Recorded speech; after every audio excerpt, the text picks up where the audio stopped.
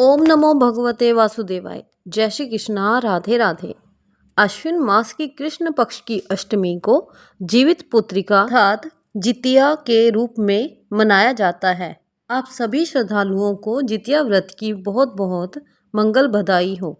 इस दिन माताएं और बहनें अपने बच्चों की दीर्घायु के लिए जीवित पुत्रिका व्रत यानी कि जितिया का व्रत रखती हैं और भगवान जिमुत वाहन की विधि विधान से पूजा करके व्रत करने का संकल्प करती हैं।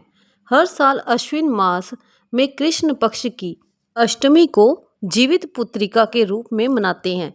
इस व्रत को करने से पुत्र शोक नहीं होता और इस व्रत का स्त्री समाज में बहुत ही अधिक महत्व है। इस व्रत में सूर्य नारायण भगवान की पूजा की जाती है। व्रत के लिए सबसे पहले स्नान करके भगवान सूर्य नारायण की प्रतिमा को स्नान कराएं, धूप दीप आदि से आरती करें एवं भोग लगावें। इस दिन बाजरा से मिश्रित पदार्थ भोग में लगाए जाते हैं। तो चलिए भगवान का नाम लेते हुए जितिया व्रत कथा आरंभ करते हैं। एक बार नैमिषारण्य के निवासी ऋषियों ने संसार के कल्याण के लिए सूत जी से पूछा, हे सूत जी, कराल कलिकाल में लोगों के बालक किस तरह दीर्घायु होंगे, सो कहिए। सूत जी बोले, जब द्वापर का अंत और कलयुग का आरंभ था, उसी समय बहुत सी शोकाकुल स्त्रियों ने आपस में सलाह की थी कि क्या इस कलयुग में माता के जीवित रहते पुत्र मर जाएंगे। जब वे आपस में कुछ निर्णय नहीं कर सकी, तब गौतम जी के पास पूछने के लिए गई। जब उनके पास पहुंची तो उस समय गौतम जी आनंद के साथ बैठे थे। उनके सामने जाकर उन्होंने मस्तक झुकाकर प्रणाम किया। तदंतर स्त्रियों ने पूछा, हे प्रभु, इस कलयुग में लोगों के पुत्र किस तरह जीवित रहेंगे? इसके लिए कोई व्रत या तप हो तो कृपा करके बताएं। इस तरह उनकी बात सुनकर गौतम जी बोले, आपसे मैं वही बात कहूँगा जो मैंने पहले से सुन रखा है। गौतम जी ने कहा, जब महाभारत युद्ध का अंत हो गया और द्रोण पुत्र अश्वत्थामा के द्वारा अपने बेटों को मरा देखकर सब पांडव बड़े दुखी हुए, तो पुत्र के शोक से व्याकुल होकर द्रौपदी अपनी सखियों के साथ ब्राह्मण श्रेष्ठ धौम्य के पास गई और उसने धौम्य से कहा, हे विप्रेंद्र, कौन सा उपाय करने से बच्चे दीर्घायु हो सकते हैं? धौम्य बोले, सत्य युग में सत्य वचन बोलने वाला, सत्य चरण करने वाला समदर्शी जिमुतवाहन नामक एक राजा था। एक बार वह अपनी स्त्री के साथ अपने ससुराल गया और वहीं रहने लगा। एक दिन आधी रात के समय पुत्र के शोक से व्याकुल कोई स्त्री रोने लगी, क्योंकि वह अपने बेटे के दर्शन से निराश हो चुकी थी। उसका पुत्र मर चुका था। वह रोती हुई कहती थी, हाय, मुझ बूढ़ी माता के सामने मेरा बेटा मरा जा रहा है। उसका रोना सुनकर राजा जिमुतवाहन को तो मानो बहुत ही दुख से भर गया। वह तत्काल उस स्त्री के पास गया और उससे पूछा, तुम्हारा बेटा कैसे मरा है? बूढ़ी माता ने कहा, गरुड़ प्रतिदिन आकर गांव के लड़कों को खा जाता है। इस पर दयालु राजा ने कहा, माता, अब तुम रो मत, आनंद से बैठो, मैं तुम्हारे बच्चे को बचाने का यत्न करता हूँ। ऐसा कहकर राजा उस स्थान पर गया जहाँ गरुड़ आकर प्रतिदिन मांस खाया करता था। उसी समय गरुड़ भी उस पर टूट पड़ा और मांस खाने लगा। जब अतिशय तेजस्वी गरुड़ ने राजा का बायां अंग खा लिया, तो झटपट राजा ने अपना दाहिना अंग फेरकर गरुड़ के सामने कर दिया। ये देखकर गरुड़ जी ने कहा, तुम कोई देवता हो? कौन हो तुम? मनुष्य तो नहीं जान पड़ते। अच्छा, अपना जन्म और कुल बताओ। पीड़ा से व्याकुल मन वाले राजा ने कहा, हे पक्षीराज, इस तरह के प्रश्न करना व्यर्थ है। तुम अपनी इच्छा भर मेरा मांस खाओ। ये सुनकर गरुड़ रुक गए और बड़े आदर से राजा के जन्म और कुल की बात पूछने लगे। राजा ने कहा, मेरी माता का नाम शवैया और मेरे पिता का नाम शालीवाहन है। सूर्य वंश में मेरा जन्म हुआ है और जिमुतवाहन मेरा नाम है। राजा की दयालुता देखकर गरुड़ ने कहा, हे महाभाग, तुम्हारे मन में जो अभिलाषा हो वह वर मांगो। राजा ने कहा, हे पक्षीराज, यदि आप मुझे वर दे रहे हैं तो वर दीजिए कि आपने अब तक जिन प्राणियों को खाया है वे सब जीवित हो जाएं। हे स्वामीन, अब से आप यहाँ बालकों को ना खाएं और कोई ऐसा उपाय करें कि जहाँ जो उत्पन्न हो वह लोग बहुत दिनों तक जीवित रहें।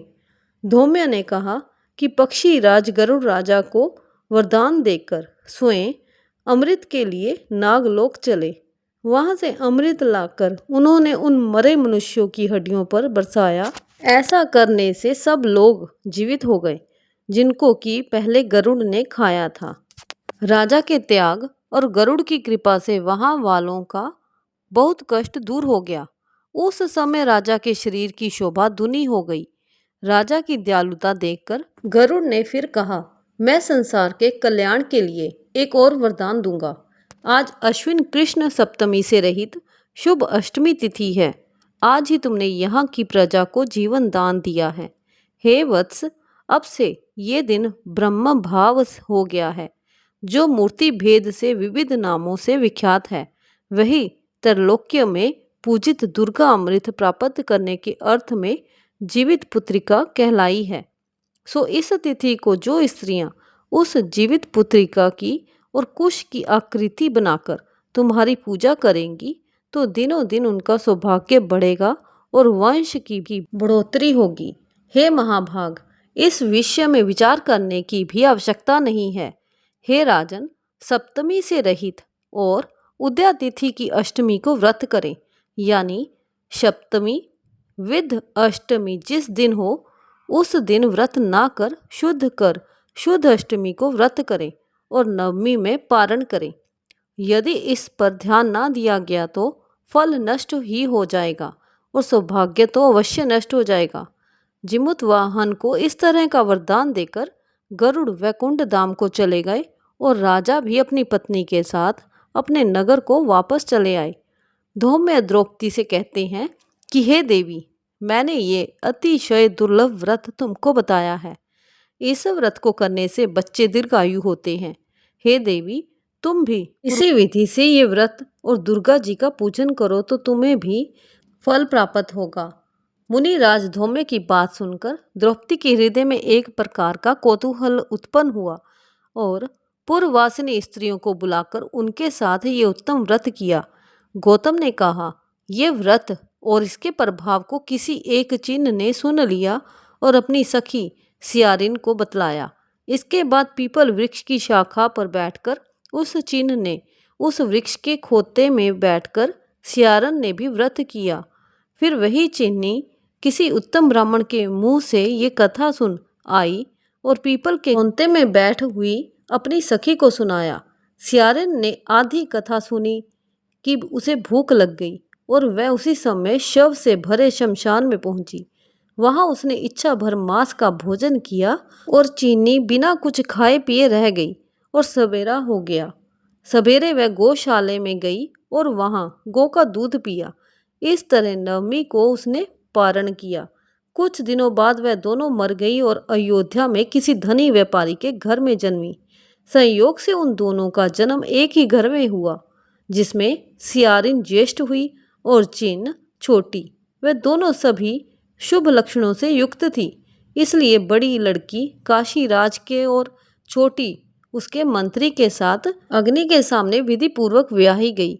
पूर्व जन्म के कर्म फल से वह मृगनैनी रानी हुई। जिस किसी भी संतान को उत्पन्न करती वह मर जाती थी और पूर्व जन्म की बातों को स्मरण करने वाली मंत्री की पत्नी ने अष्ट वसुओं के सदृश तेजस्वी 8 बेटे उत्पन्न किए और सभी जीवित रह गए।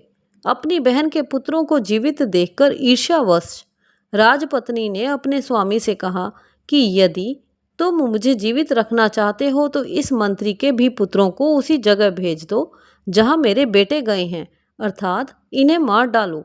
ये सुनकर राजा ने उस मंत्री के पुत्रों को मारने के लिए कई प्रकार के उद्योग किए, पर मंत्री पत्नी ने जीवित पुत्रिका के पुण्य बल से बचा लिया।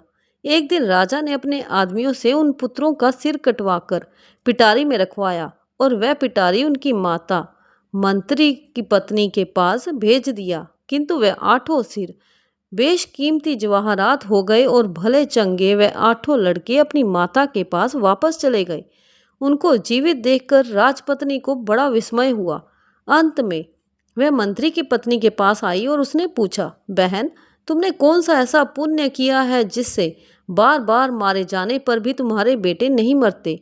इस पर मंत्री की पत्नी ने कहा, पूर्व जन्म में मैं चिन्ह थी और तुम सियारिन। हम दोनों ने साथ साथ जीवित पुत्री का व्रत किया था।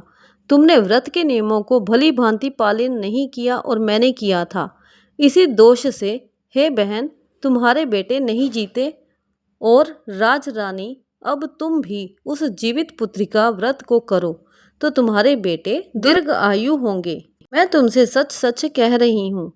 उसके कथा अनुसार रानी ने व्रत किया, तभी से उसके कई बेटे सुंदर और दीर्घायु होकर बड़े बड़े राजा हुए। सूत जी कहते हैं कि सब प्रकार का आनंद देने वाला मैंने ये दिव्य व्रत बतलाया। स्त्रियां चिरंजीवी संतान चाहती हो तो ये जीवित पुत्री का व्रत करना चाहिए। आप सबको जीवित पुत्री का व्रत की हार्दिक शुभकामनाएं। जय जय श्री राधे श्याम, जय जय श्री राधे श्याम।